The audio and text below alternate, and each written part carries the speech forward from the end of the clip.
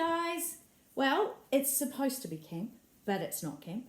So I thought what we would do is I would show you how to make pikelets, because normally when you're on camp, you actually make pikelets with the one and only Mr. Hutton.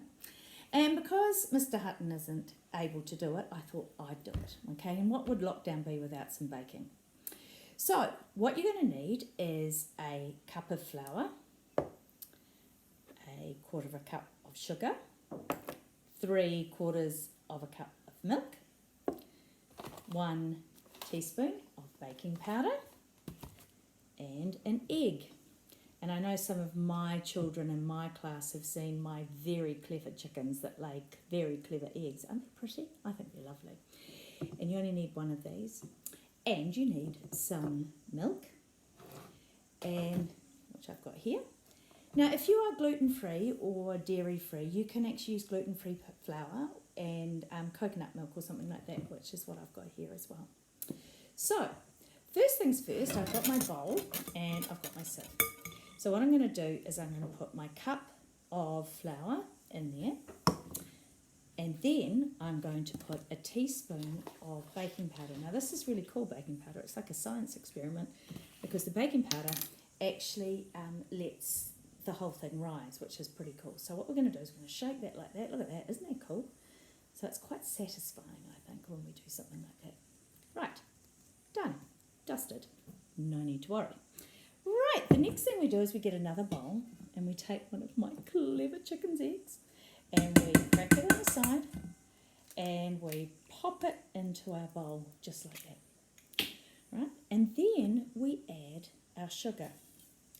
Now, this is where the fun bit comes. You get a whisk or a fork, if you like, and some of you may have an electric whiz, which you can actually use, but I'm actually going to use this.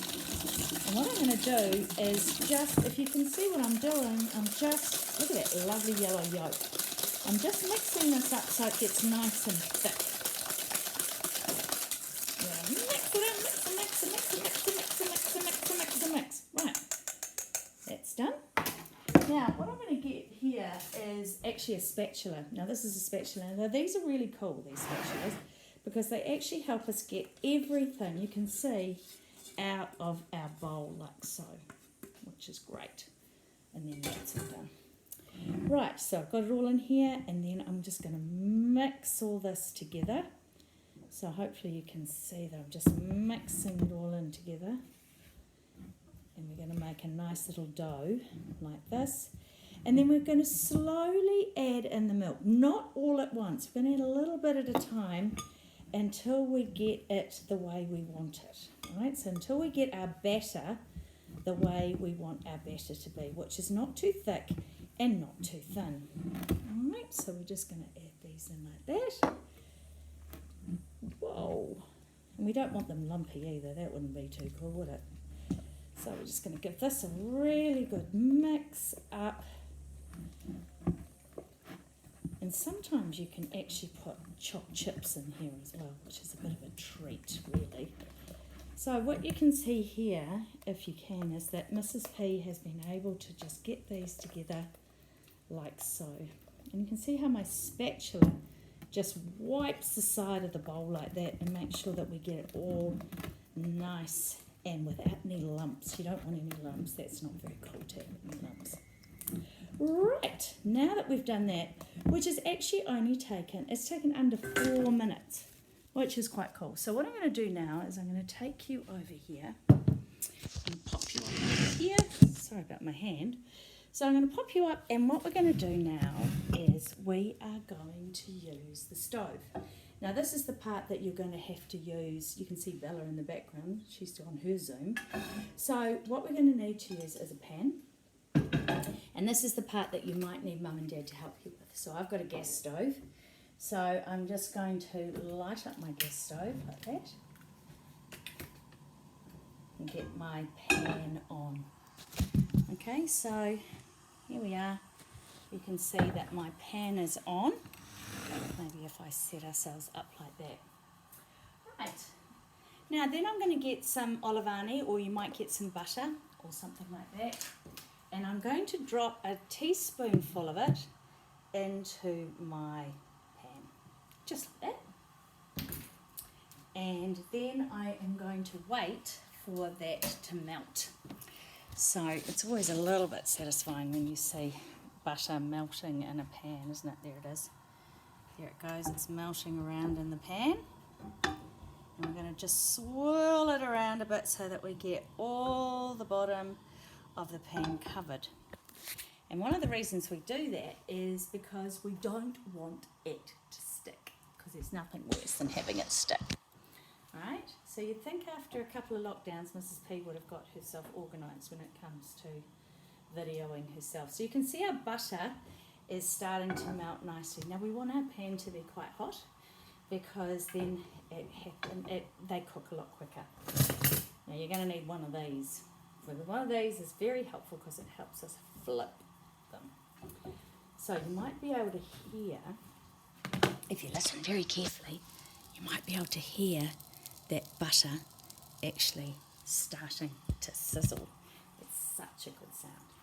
Right, so what I'm going to do now is I'm going to get a big spoon like this, and I'm going to take a spoonful of my batter and I'm going to drop it into my pan. I'm going to make two, because I think my children might like to eat these after their dinner.